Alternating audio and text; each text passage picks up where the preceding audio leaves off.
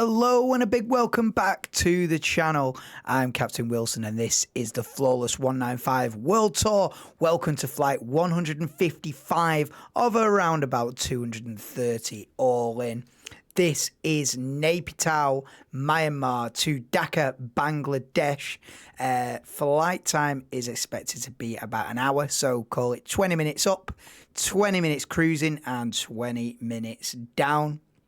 We will be heading 420 miles northwest, and the sunrise is imminent in the next quarter of an hour or so. So by the time we get in the air, we might just see a nice sunrise. That is about all. I'll get the safety demo on now. We'll get this flight underway. Sorry that the flights are few and far between at the moment. It's just, like I've said in previous videos, it's the part of the world that we're in is I'm either having to do the flights first thing in the morning or last thing at night. So last thing at night is what I'm opting for when I can. But yeah, let's get this thing underway. It's VYNT to VGHS. Like I say, Naypyitaw to Dhaka. Let's do this. An hour is the predicted flight time. Let's get everything set up, get up there, get out there, and get over to Bangladesh. Now, after that, it is then Bhutan and Nepal, both of which, especially Bhutan, will be very challenging. So we'll be looking at weather and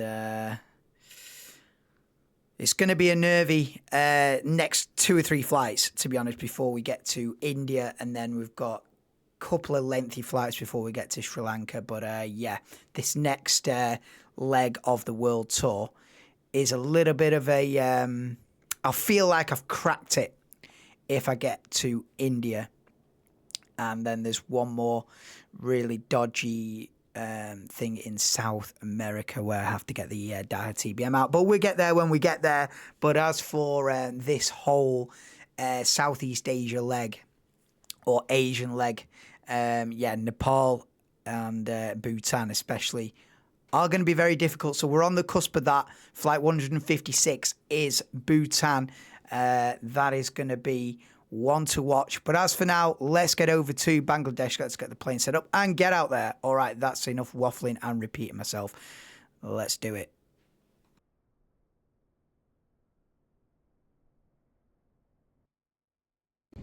Please pay attention to illuminated signs and crew instructions, including the following safety procedures.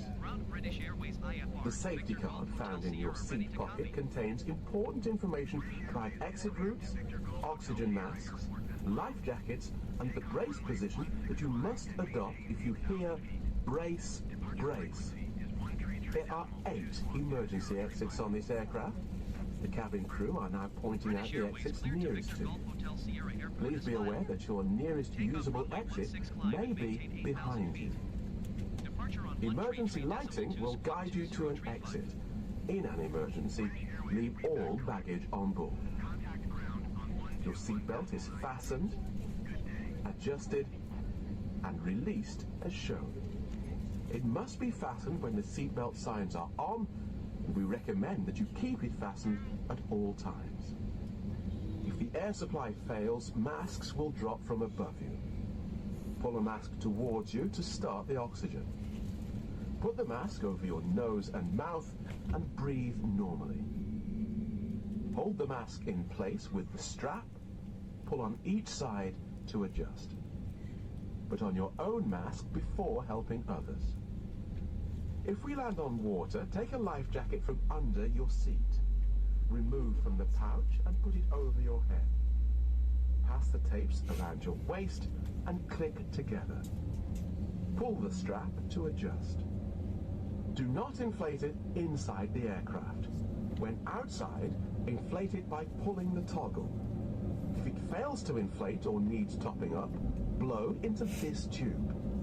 There is a light and whistle for attracting attention. The cabin crew can assist you with life jackets for children.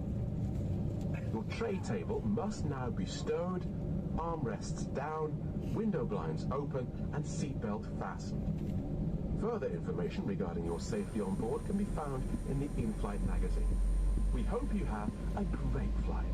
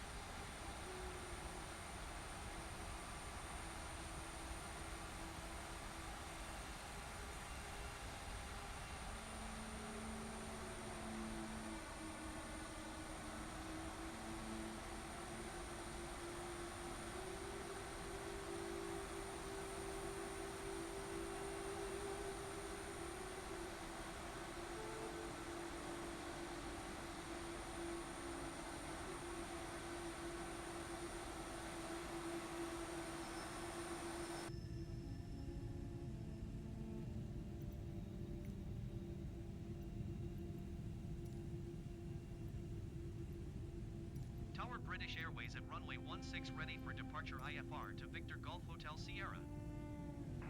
British Airways altimeter 29er decimal 70 wind 149er at 4. Cleared for takeoff runway 16.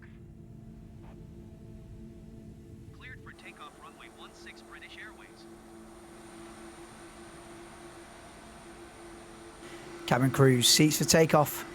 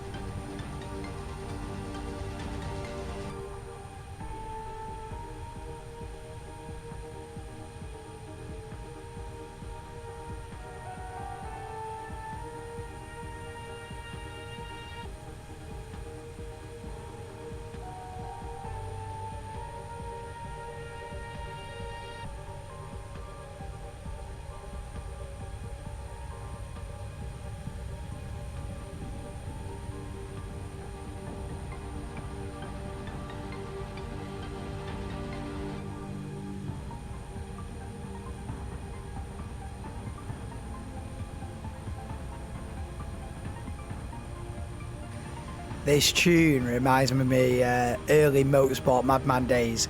This used to be like my sort of intro slash.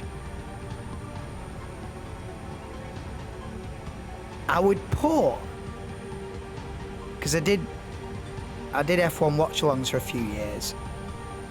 I'm still doing a few now, but I used to have a countdown timer on the screen, and this was the background music. Yeah, not intro music. This was the background music of the channel, basically, for a couple of seasons. Throwback to 2022. I don't know why. I mean, I might go on a bit of a monologue here that no one ever asked for, but I don't know why. Because I really like Kimi Antonelli. He's my favourite driver on the grid at the minute. And has been since before he made his debut. I was like, right, here we go. Here's the next big thing in Formula One. I called it. I seen it coming. No, I didn't see this coming, to be honest. But I don't know why. I don't know what it is. But it just doesn't feel the same this year.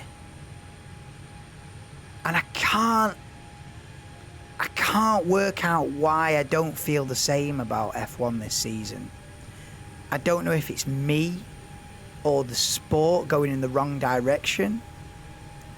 Whether I'm just personally a little bit over it. Maybe I've been through too many seasons. And now Antonelli's like a new cast. It's like a new cast of Formula One. And it's like, I've seen too many recastings. And now it's like, this is a new era. And it's like, am I on board with the Antonelli era? I don't know. Am I over it? Because I'm nowhere near as bothered as I have been for the last 17, 18 years. I'm nowhere near. I'm 10% as bothered as I was last season. And I'm trying to think, why is that? My favourite driver's doing unbelievably well. The racing is pretty good. Better than the last few years. There's a lot more overtaking going on. So it's not that I'm saying, oh, F1's shit now. It's not even that. But I'm just find myself not that bothered.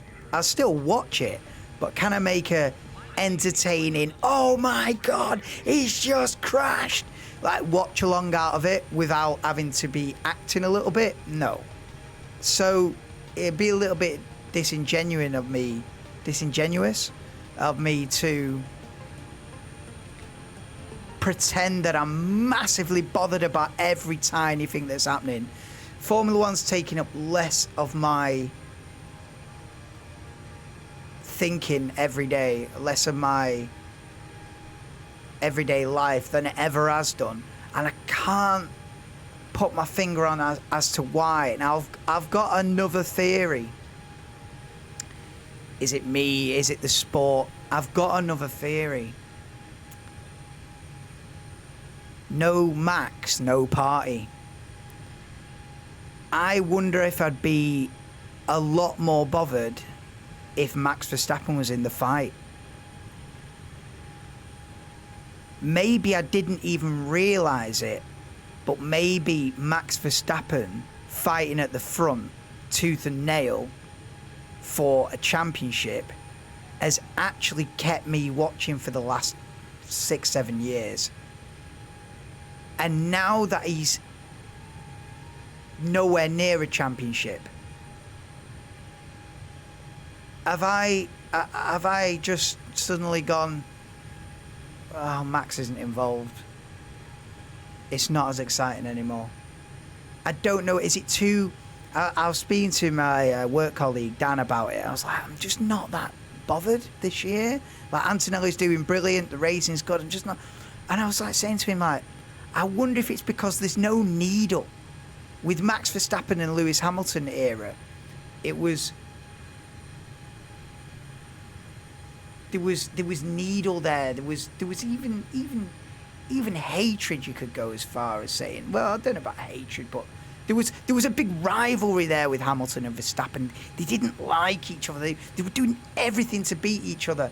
And now it feels like Lewis is quite happy with Antonelli doing well.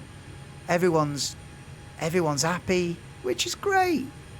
But it loses something. I don't know if it is the sport, because I've heard many people go on monologues in the past about how, oh, I'm not watching it anymore because it's crap, and I always think, all right, then fuck off, you ain't got a gun to your head. I still love this sport, and it was like, well, I'll always love this sport. I can't see a day where I won't watch it. And I'll still watch it. I don't fancy missing the races. I'll still watch the races. I'm not asked about qualifying, to be honest. I'll take or leave qualifying. I'll still watch the races, but will it be like, what, cancel any plans to watch a race? No. You know, I used to be cancelling going to weddings, going to christenings, going, you know, parties, family events, meeting up with friends. If there was a race on, the race was always the priority. It was always thinking about all week. And now, is it a combination of I'm getting older? Have I seen too many comings and goings? Have I just seen it all before? I don't know what it is, but I'm just find myself watching it and I can switch it off. Like I think I was watching qualifying the other night, switched it off, put Love Island on. You know what I mean? I come back for Q3, like, but it was Q1, do you know what I mean? 20th to 15th place being decided. I thought, I'll come back to this. I want to see fucking Aiden and Ellie get back to No, but you know what I mean? Like I would never have dreamt of that 2-3 years ago. But, and I don't know if it's me, if the sport is slightly going in the wrong direction with this it's all on battery recharge and battery. But then I was thinking, if they were all V8s, I don't know if it makes a difference in my head. If they said tomorrow, right, from Spanish Grand Prix onwards, we're going back to V8s, am I suddenly all in again? I don't think so.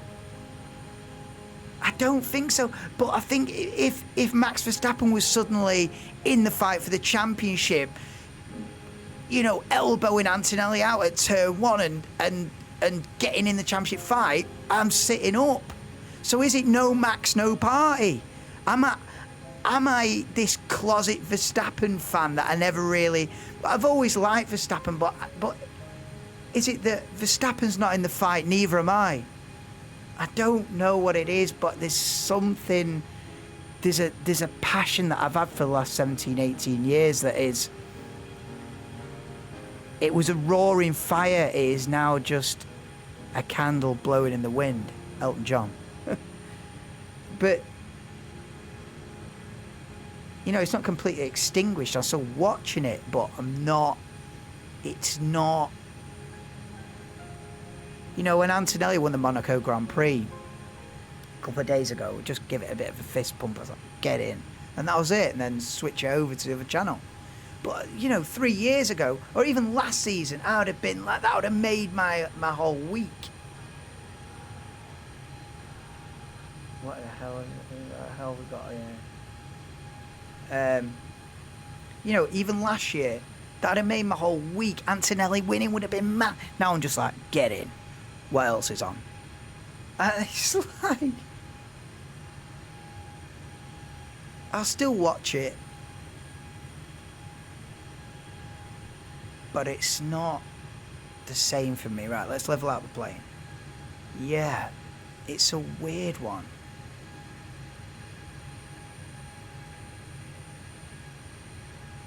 And then I'm thinking to myself, well, let me just level out the plane a minute here. I don't know why I'm going on this monologue, but I am. Right, we're starting to level out and speed's coming up, so we shall intervene.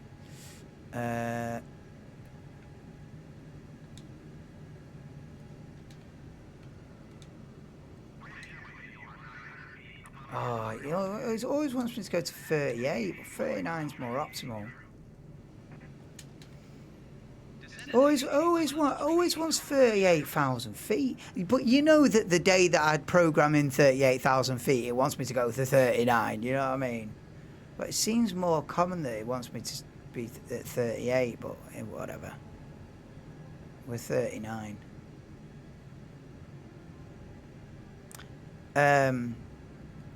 But yeah, I'm almost. It's almost to the point where I'm thinking to myself, if Verstappen leaves the sport and goes and does World Endurance Championship or something else, do I follow him?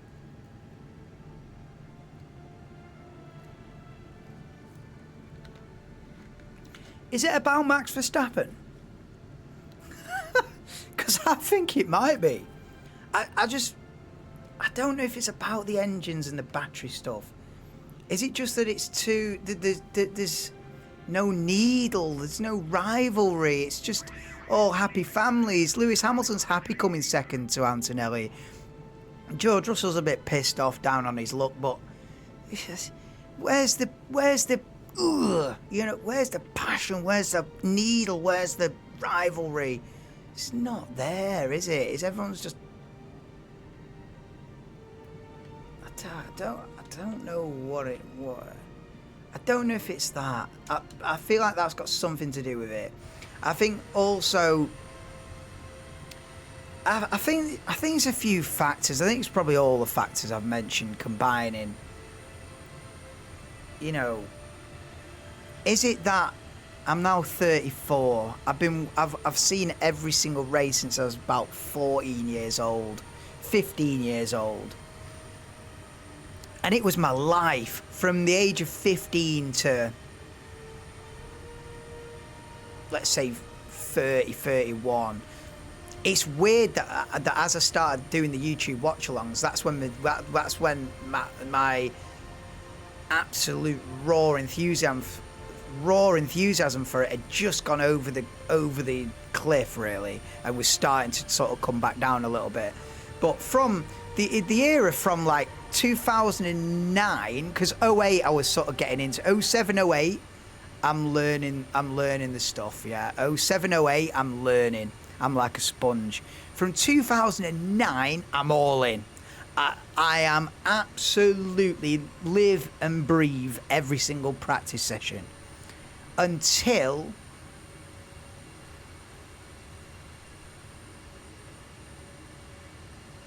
the end of 21.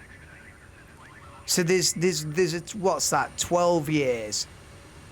There's 12 years there, basically all my 20s, where I'm living and breathing every single lap of every single practice session. There's 12 years there. Then I start the YouTube channel, and we go from the best season that I've ever watched, 2021. I think, right, I can make a fucking entertainment business out of it. I'm not entertainment business, but I can bring a bit of something to this. People doing it, football watch-alongs. I'm screaming at the TV every weekend. I can make a show out of this. And then the sport dies off a little bit, and we sort of get Leclerc having a go in the Ferrari, but we get the Verstappen era, basically. A couple of boring seasons, you know, some highlights in between, but all being said, it's the Verstappen show.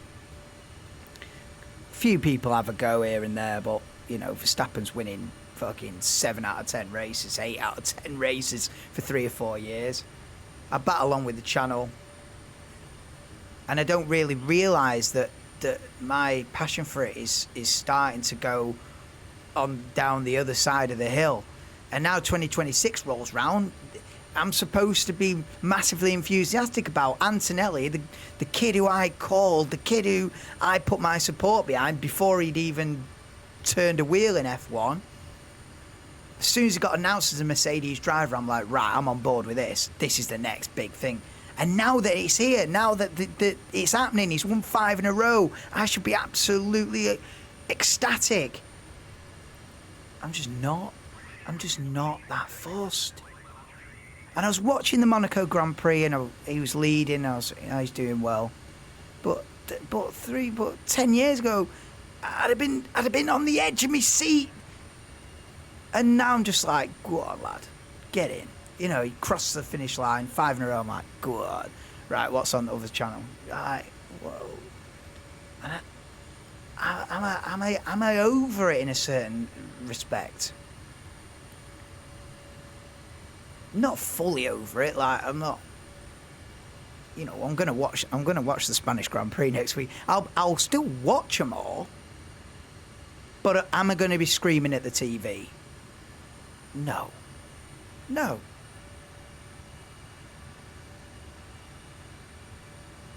But if Verstappen was in the championship fight and pushing Antonelli off at turn 1 and making it, would I be? Maybe I would. Maybe I'm just seeing, maybe subconsciously I'm like, well, Antonelli's got an easy ride here. He's cruising, he don't need my help. Is it no max, no party, man? Is it no max, no party? I don't know. Fucking it might be.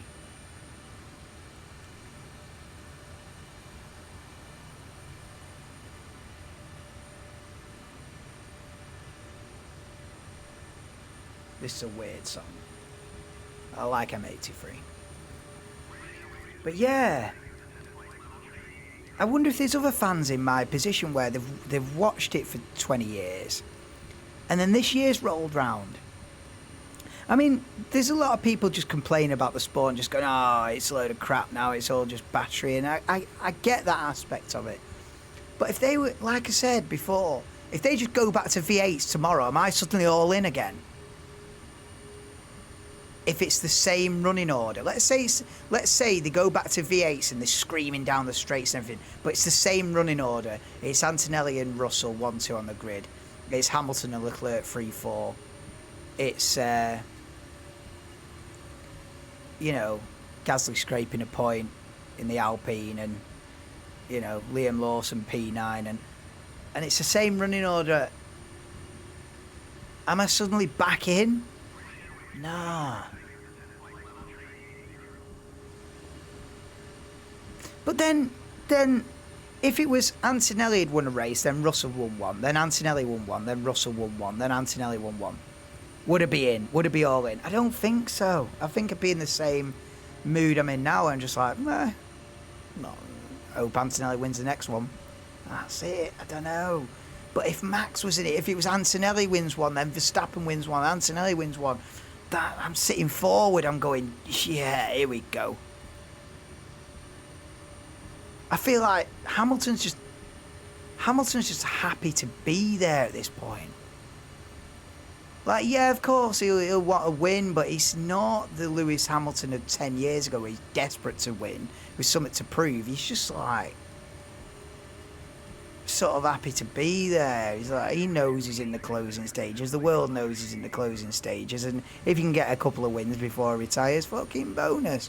But if he doesn't, it ain't going to change his life. Well, how can you get passionate about that? Like, is he really going to stick the needle in and dive down the inside of Antonelli at the Spanish Grand Prix and put him in the gravel and fucking let's have a championship? That's what I need. I don't even think it's about the engines and the fucking the battery thing and the fact that I've been watching for. I need the rivalry. I need the bad blood. I think that's what it is. Having talked this through with myself for the last quarter of an hour, I think I need bad blood. I think I need egotistical maniacs shoving each other off. I think that's what gets me blood going. I think that's what I need. And this season, there is no needle at all. Everyone's happy for Antonelli. Fucking Russell will fucking let him through and say, oh, go on, son, you're the prodigal child. And everyone's like on board. He's the prodigal son. And everyone's like, but in the back of my head, someone fucking... I want to see Antonelli pissed off. I want to see Max Verstappen or Lewis Hamilton fucking sending it and putting Antonelli on the gravel, and he's like, oh, fucking, let's have a bit of a... I want to see gladiators. I don't want to see everyone happy for him. I want to see him... I want to see needle, controversy, chaos, carnage. And it's just all happy families, and he's just, you know, he might win the Spanish Grand Prix, and the Austrian Grand Prix, and the Grand Prix, and the British Grand Prix, and the Belgian Grand Prix, and who's bothered? Who's stopping this? Who gives a damn? You got Russell moaning because he's P6, but who really wants to stop this? It's all well Antonelli dominating, but you want someone to fucking... This song's weird, isn't it? Oh, mate, but do you get what I'm saying, though? Like, I need the needle, I need the rivalry, I need the bad blood. Like, is that wrong? Like, but that's just how I am. And this season just ain't giving me that. It's just giving me... Everyone's happy for Antonelli to win. Well, Russell's a bit pissed off in the background, but... If Hamilton was 10 years younger... There's no threat, do you know what I mean? He's already won it. Because the thing is... he's already won it because... Even if Russell starts winning now, Antonelli's still going to be in the top 3. If Russell's winning, Antonelli's still going to be second. So the amount of... Russell could win every race between now and the end of the season. As long as Antonelli's second, it'd still be close. It'd take Russell like 12 races from here, even if he won every single race for the next 12. He's going to need Antonelli DNFs.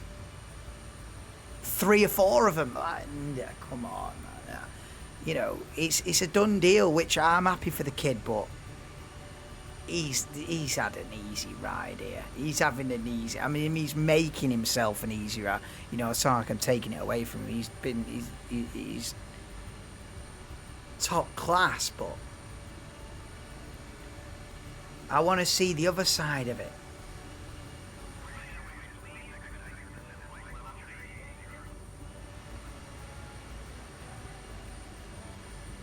I want to see him under pressure.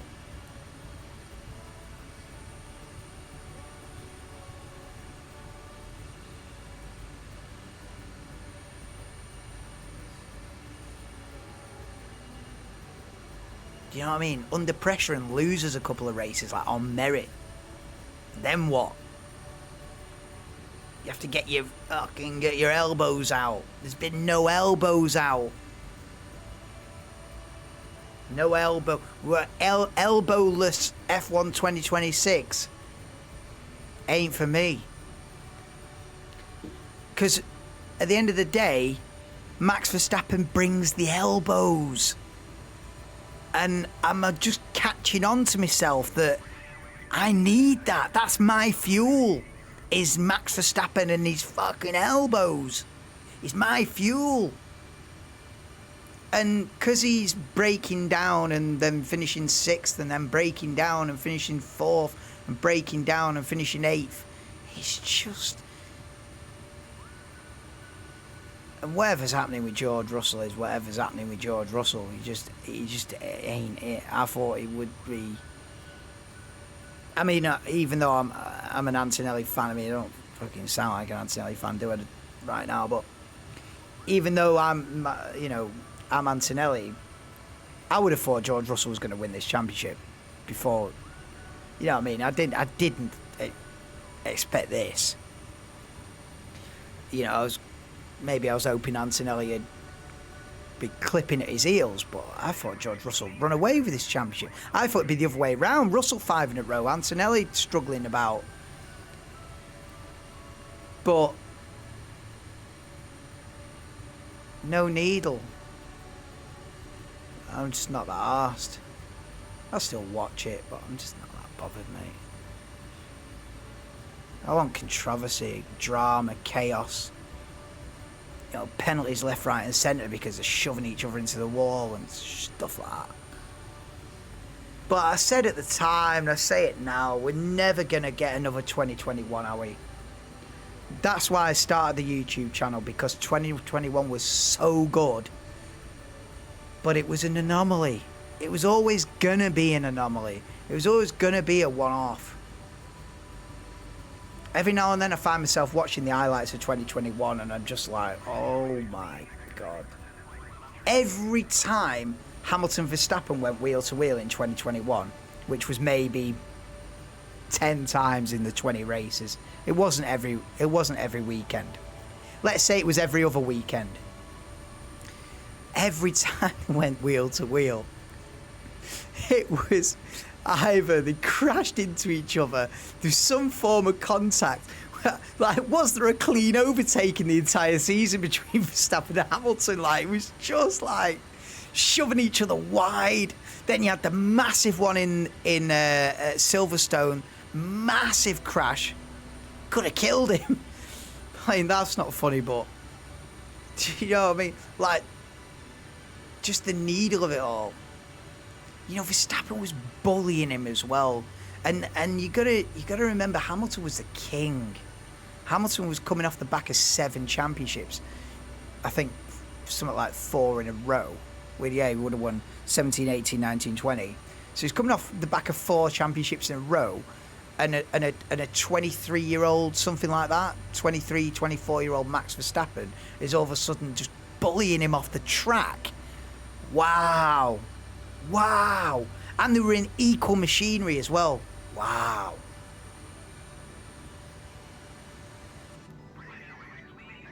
Goes down to the last lap of the last race. And then the controversy. I think the controversy adds to the story. I don't think it deflates it. I think it makes it even more memorable that it wasn't clean. It was dirty. It was... Because that was what that season was. It was a controversial, dirty season. Oh, fucking give me that every year. But you're never going to get that again. And everyone was outraged and pissed off. And, you know, Michael Massey's head was on the block and all that. And he made a mistake, Michael Massey, but... the season ended exactly how it should have ended. In controversy. Perfect. Because at the end of the day, like, I'm watching as a fan. I've got no skin in the game. I'm watching as a fan who wants to be entertained.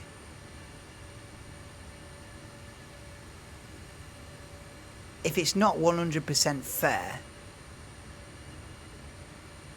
that's entertaining to me.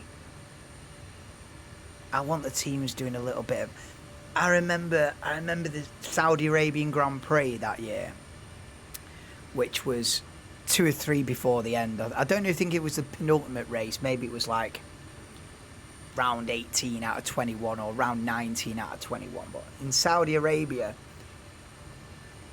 it was so corrupt. They were even negotiating which position to restart. I think there was a red flag early on. I can't remember the details of it.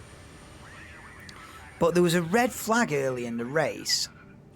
And upon the restart, they were negotiating which positions to start the race from. They were openly negotiating with Michael Massey about, can we start second, but as long as Verstappen starts third, we don't mind. And then you know, Verstappen on the radio, well, we should be third, but as long as Hamilton's fourth, oh my God. And like, people are outraged, pissed off. What's all this corruption? What's all this negotiating? I'm thinking, wow. I'm thinking, wow, this is next level. And I go against the grain. Listen, I go against the grain. I'm not here for sportsmanship. Too much sportsmanship this year. And not enough. Not enough. You know what I mean? Spikes on the wheels. Too much sportsmanship. Well, the controversy adds the entertainment, doesn't it? Does in my opinion. Does in my book, anyway. Anyway, we're coming down. We're coming down in 5 minutes. I've waffled my way through this, but yeah.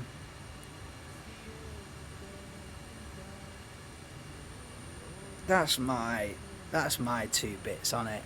You know.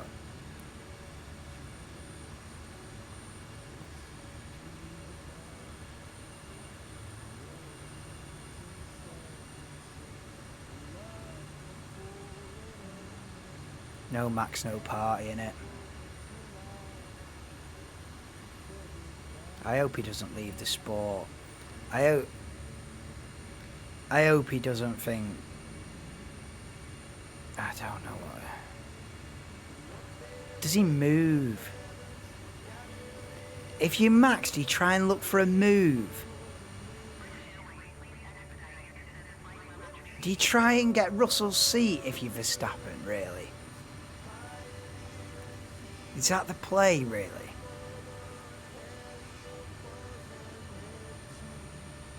What's the play if you max, or do you just go through the motions and just rake in the money for 2 or 3 more years and then go to Le Mans? What do you do? Do you just rake in the millions and just think, well, if I break down, I break down. If I'm 6th, I'm 6th. If I'm 4th, I'm 4th. Or do you think, fuck this, I want Russell's seat. I want to win. Or do you think, or is it neither of them, and you just think, you know, Red Bull aren't going to win this year. They're probably not going to win next year. Let's just call it here and just do 5 years in trying with Le Mans and all the rest of them. I don't know. But if Verstappen leaves, I feel like that'd be massive detriment to the sport. I feel like it'd be, because he's in his prime. If Verstappen pulls the plug on his F1 career because he just ain't feeling it, I might go with him. Is Max the entertainment?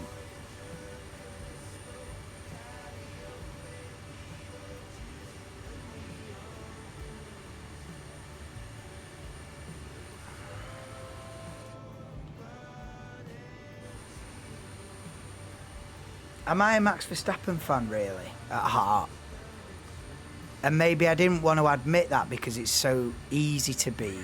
Because he's like, oh, he's won the last fucking 5 years. Well, it's too easy, it's too typical, it's too predictable. But really, was I always a Verstappen fan, really? Is it what... His style of racing is what I'm watch it for.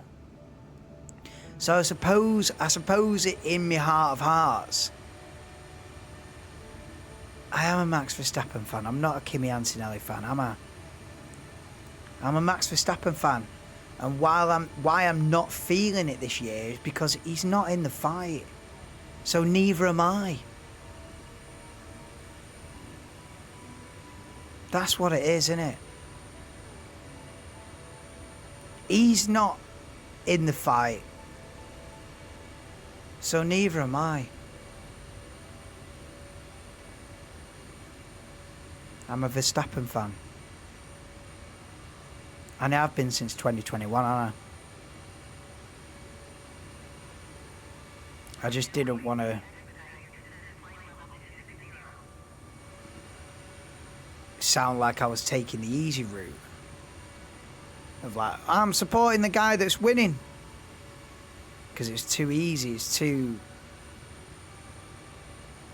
it's like glory hunting, you know what I mean? To be a Verstappen fan was to be glory hunting, but it's not. I don't feel like I'm glory hunting. I'm entertainment hunting. I'm controversy hunting. And Verstappen's the man. And now he's not in the fight. Neither am I.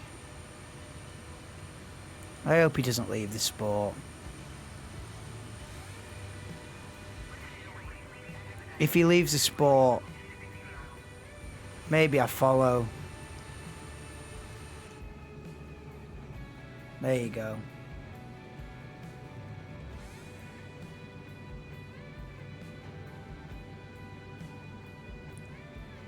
There you go.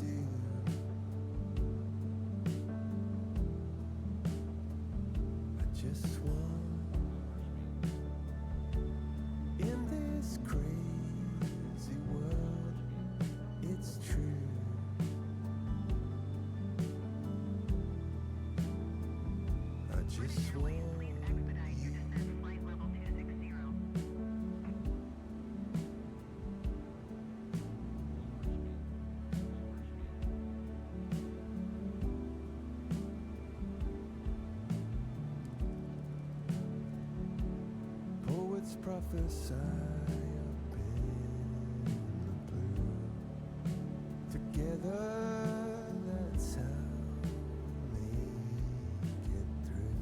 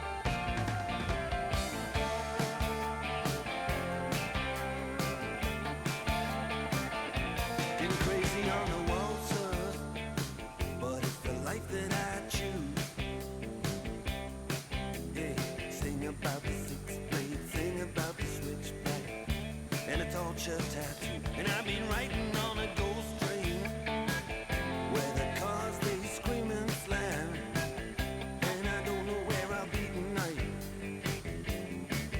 but I'd always tell you where I am. In a screaming ring of faces, I seen her standing in the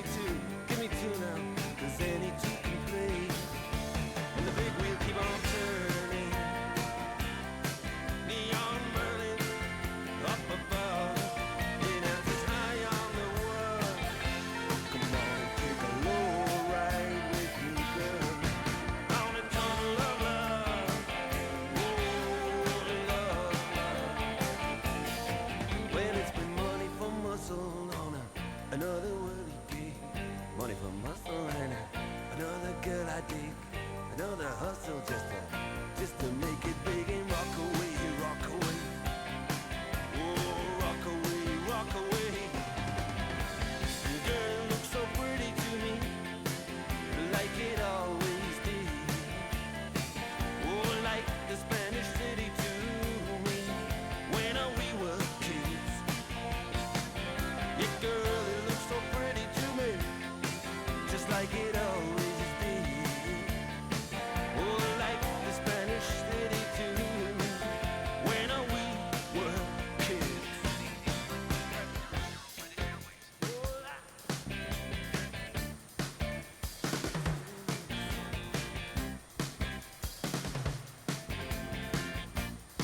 Check it out.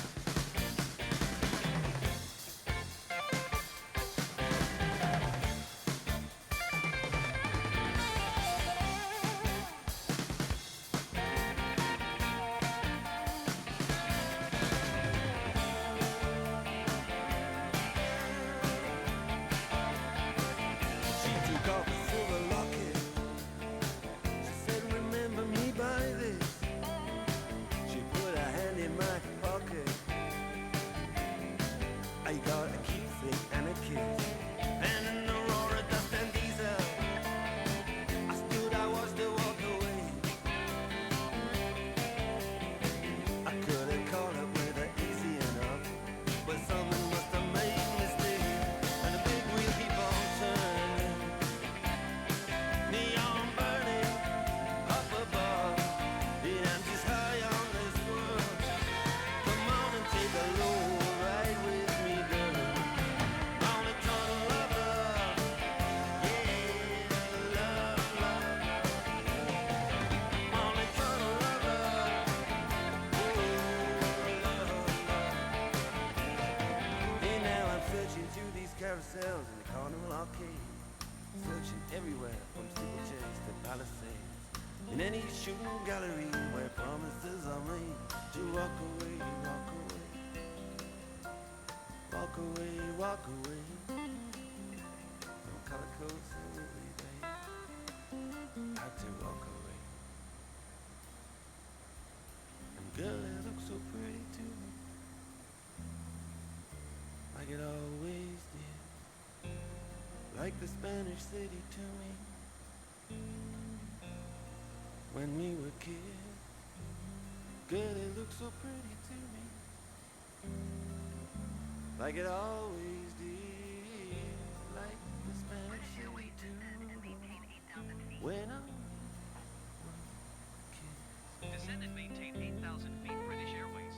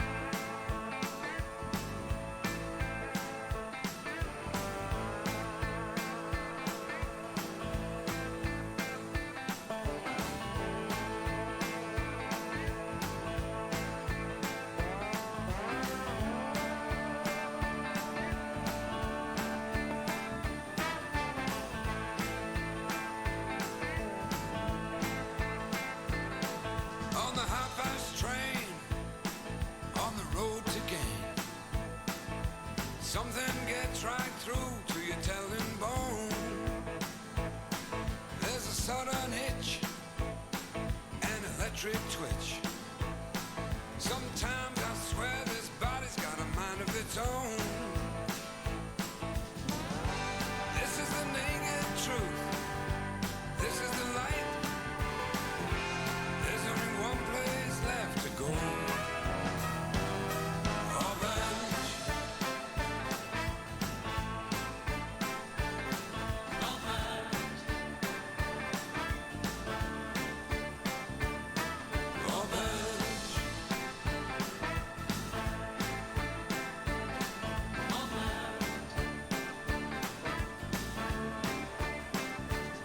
You meet the silent type on a windy trail with a shiny cloak and an unseen silver dagger. You can talk till you wake, give yourself one more break. You can tell by the look on his face that it just doesn't matter. 'Cause this is the naked truth, and this is the light. There's only one place left to go. Orange.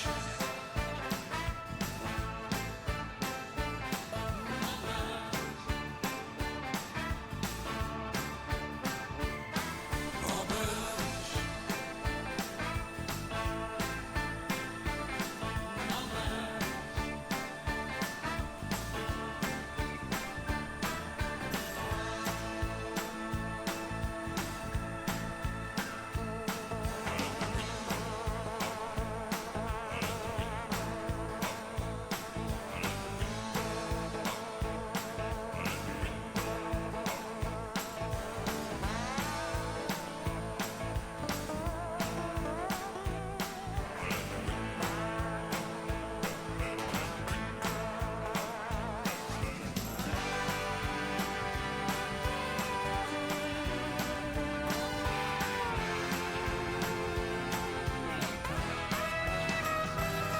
Oh, give me a weekend, give me a day.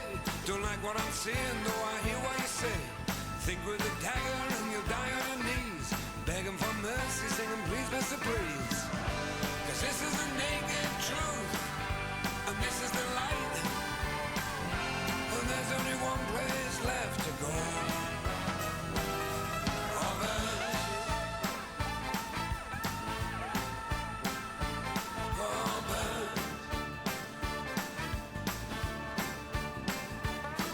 Orange.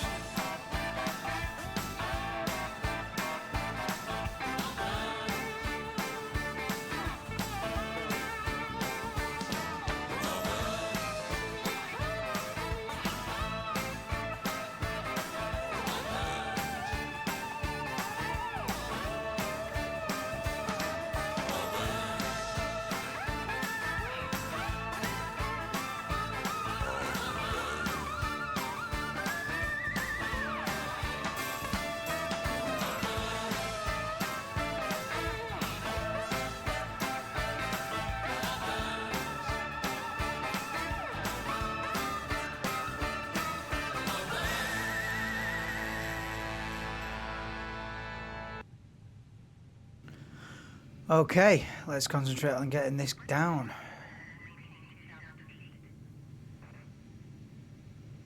Okay, we might just about catch the glide slope here. I don't know why it took us a little bit off course, but come on. We're okay.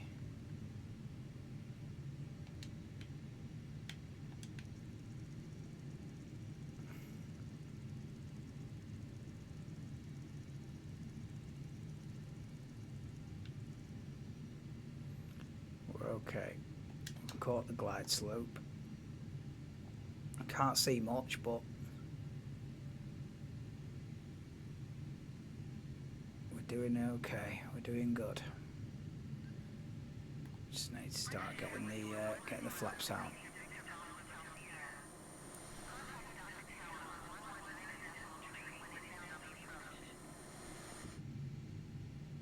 Tower on 119.3 British Airways. Dhaka Tower, British Airways 11 miles southeast inbound.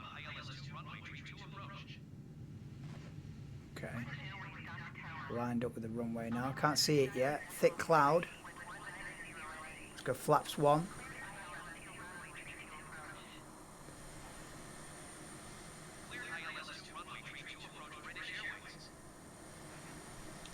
Landing gear down.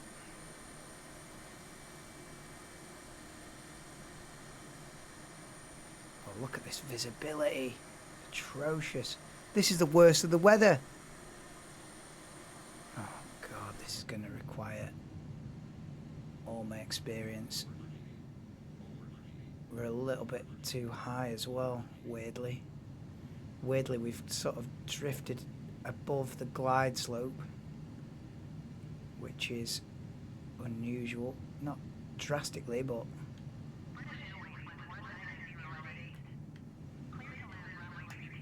Okay, that's always a bonus. Okay, what's our altitude here? Right, full flaps. We're getting back in the glide slope now, so we're okay. Don't need to panic. Could do is seeing the runway now. Have we got any lights or anything? 1,500 feet.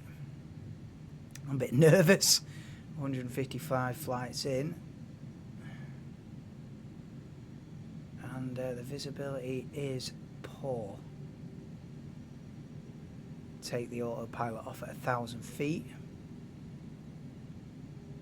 We're all lined up. We're perfectly in the glide slope. We've got the landing gear down.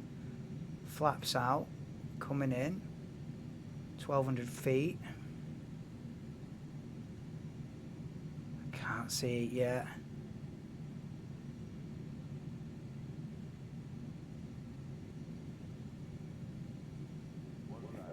Right, autopilot off.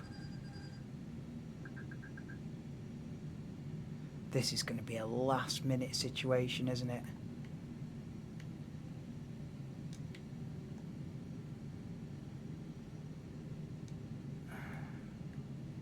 It's there. Okay, okay, okay. Last minute swerve, nothing we haven't done before.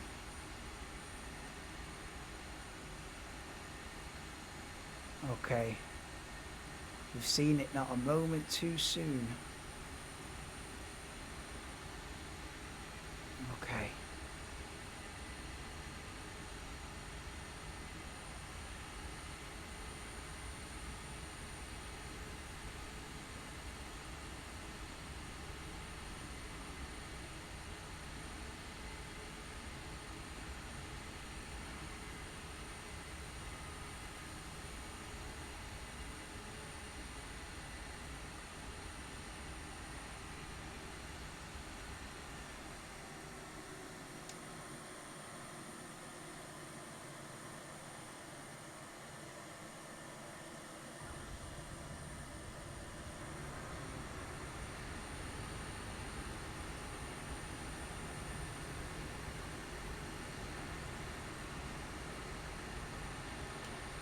Okay. And breathe. We're all alright. We don't want any of that kind of visibility into Bhutan though. On the next one, I'll be on weather watch for the next few days looking for the perfect opportunity. I'll probably do it in the morning as well because we're now far enough west where it's a bit silly now to... where are we going with this? I want to just park it there and I've done with it, but it doesn't want to take me that way, does it? Let's go off to the right then. Come on, let's get off the runway, don't we? Not very professional coming to a complete stop in the middle, is it? But, oh, where are we going here?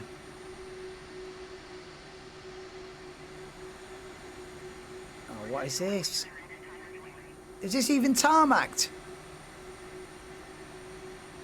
Anyway, we are down. This is Dhaka. What you can see of it anyway. Visibility poor. And untarmacked taxiway. We've seen this once or twice in Africa. But it's been a while. We're on the grass. What is this? This is Bangladesh, baby. Well, there we go. That is flight 155 on the ground in Dhaka, Bangladesh. I've got to find somewhere to park. Are we heading for these? Oh, Jesus. Imagine it just comes up now, error, landing gear damaged. Oh, why will...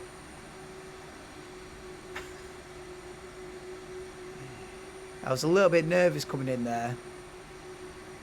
It's been a while since I've had a challenge in landing, I feel like. Well, it's been a while since I've done any flipping flights. But yeah, I feel like it's been a while since we've had a challenge. I feel like the stands were a challenging leg, weren't they? The Afghanistan, Kazakhstan, Turkmenistan, I think they were all pretty much not by the book approaches / landings. And I think it's been smooth for a while until this. Should we just park it here and call it a day? No, that's a bit of a... That's a road.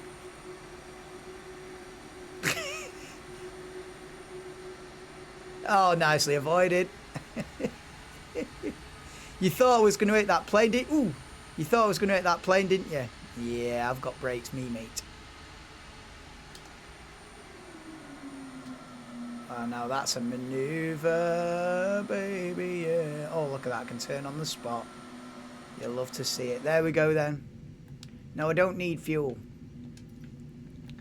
There we go then. Flight 155 is down on the ground. This has been Naypyitaw, Myanmar to Dhaka, Bangladesh.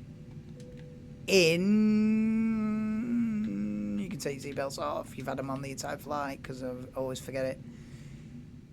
I'm a minute and 20 minutes late. A minute and 20 minutes. A minute and 20 seconds late. Then there it is. 1 hour, 1 minute and 20 seconds. Flight 155 is in the bag. Now, here is the critical bit. We are going to Thimphu, Bhutan. And I think it is iconic for being one of the most difficult landings in the world. So I'm not going to be landing in thick cloud, swerving between the mountains. I am going to wait for a perfect day before even attempting that. Now, if I have to do go-arounds, if things aren't quite lining up right, because they've never even heard of an ILS approach in Bhutan, I would hasten to guess that there will be no stabilising wheels into Bhutan. I think I have actually watched, I think before I started the world tour or early on in the world tour, I was like, what's Bhutan looking like? And I watched some real life footage. And I think it is a little bit of a weaving between the mountains before lining up at the last minute for touchdown on a short runway in the mountains, of course. So, yeah, it's going to be a case of give myself plenty of time. I don't want to be thinking, well, I've got to land now because I've got to go. It's going to be a case of nice weather, giving myself plenty of time. So if I have to do 2 or 3 go-arounds, I will do, and not think, right, I've got to get it down in the first attempt. No, the first attempt might just be have a look. You never know, might get it down in 1. That's always going to be the goal. But a bigger goal than that is not sticking it into the side of a mountain or whatever many ways, different ways you can fail. A nice, safe touchdown is the priority. But yeah, it's going to be an interesting leg up to Bhutan. I think we'll be heading pretty much directly north, if not slightly northwest. But yeah, we're definitely heading north into the Himalayas. So stay tuned for flight 156. But that is all for now, for tonight. My little monologue about Formula One and maybe an epiphany, maybe a realisation. An epiphany is just a posh word for a realisation, isn't it? Anyway, I've had a realisation / epiphany, if you want to start getting clever. But yeah, that is all from me tonight. Welcome to Bangladesh. Next stop, Bhutan. Get your seatbelts on. And the world tour continues. Thank you very much. Bye for now.